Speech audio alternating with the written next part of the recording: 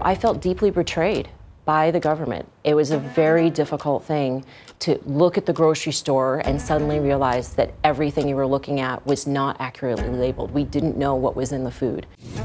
Just because somebody can't afford to buy organic doesn't mean they should be poisoned. Yeah. So our job is not done. We need to continue so that every bite of food that any child in America eats does not contain toxins. We need whole, nutrient-dense, non-toxic food available to every American, and we will not stop until we have that.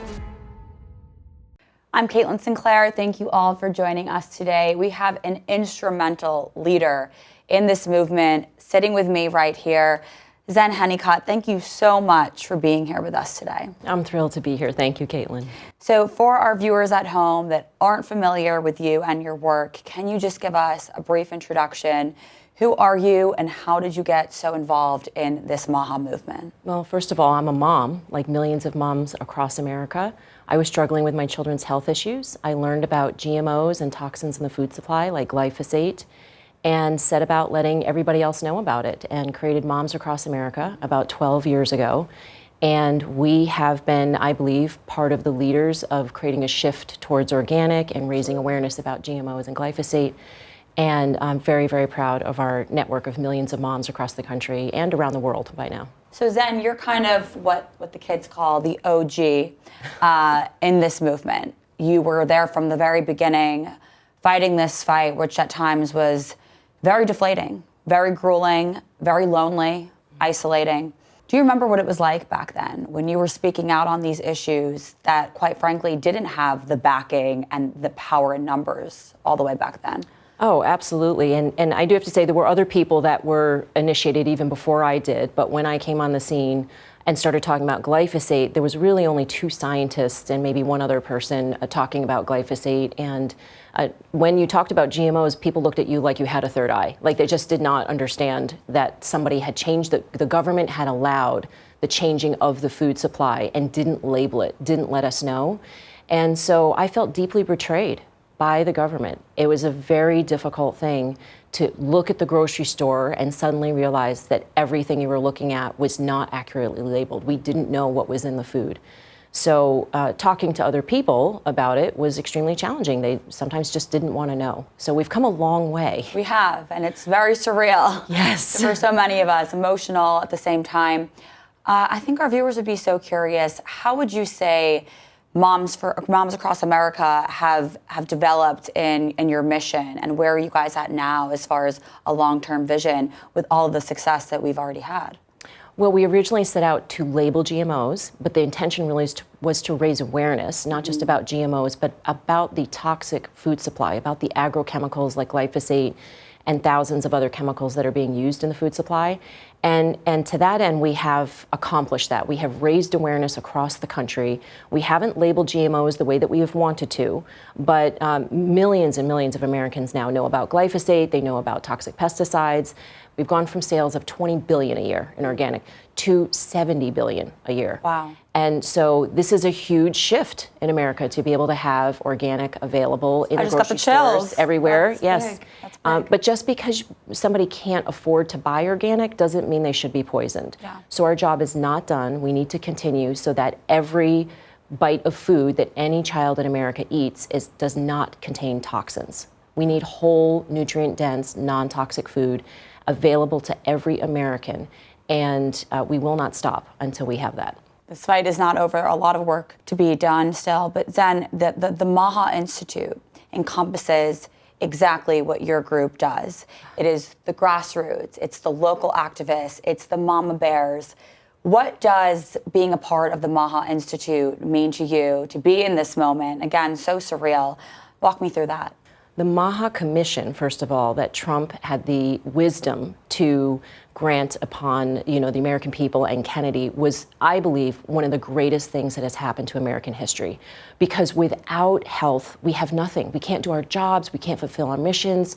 We can't, live our lives the way that we want to and fulfill our greatest potential, which is the goal of making America great again, right? You can't make America great again without making America healthy again first.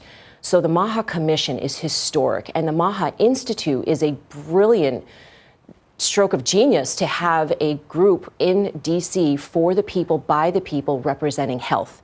So I could not be more thrilled. Now, while there's more progress to be done, especially around pesticides, the MAHA Commission is going in the direction to have Americans be healthy again, and that's fulfilling our greatest dream. As parents, as mothers, that's all we want to have, is our children to be healthy, because then we know they can live up to their greatest potential and contribute to society, be happy, have loving relationships. And have a chance at the American dream. Have a chance at the American dream and fulfill what God intended us to be here for, and to be happy. I mean, that's all we want for our children. Now, there are still the critics out there, of course, those that are just wrong in their facts.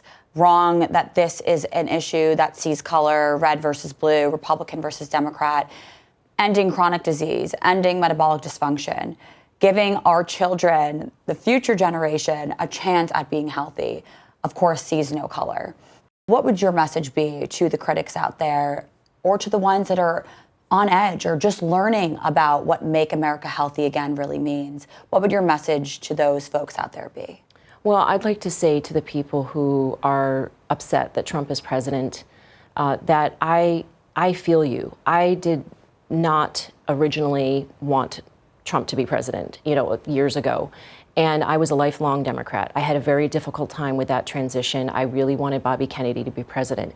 But when Trump had the wisdom to bring Kennedy onto his team, along with many other people who were ideologically very different, I just had to reconsider everything, and to consider that perhaps the future that we wanted would be fulfilled in a way that I didn't originally intend or plan. And so I opened up my mind and supported Trump and supported Kennedy, and I'm thrilled that I did that. I just would invite people who are upset about what's happening right now to open up your mind to what's possible and put health first. That is what matters, and it doesn't matter. Poison is not partisan. As Kennedy says, there's no Democrat or Republican babies. Babies are born babies, and we get an opportunity to learn and grow, but only if we're healthy. And so we have to put health first now. And the other thing is, if you're angry about what's happening right now, I know Trump is making some very drastic changes with Elon Musk and all the changes. Just consider that stress and that upset is not good for your body. With dis-ease, you will create dis-ease. You will make yourself not healthy again if you continue to just be angry about what's going on in the world. I would ask you to set that aside and to look at what you can create. Yeah. What do you want to have happen in the future? Stay focused on the vision. Stay focused on the vision. When your family is healthy, when you're healthy, you can fulfill on your greatest potential. So just focus on what you want to do and what you want to create in the world. And let's let go of, the lies and the character assassinations and the criticism. Let's focus on what we want to create, which is, for me, health and freedom. Amen.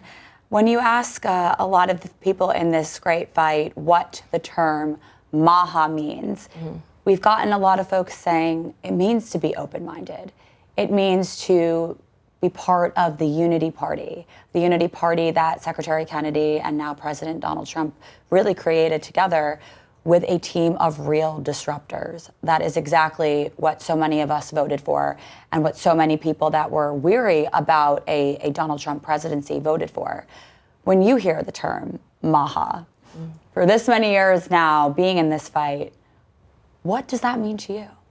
Make America Healthy Again is for everyone. And to me, it's like a table with beautiful food that everybody wants to sit down at and eat at together. And it doesn't matter if you're Republican, Democrat, Tea Party, Green Party, no party.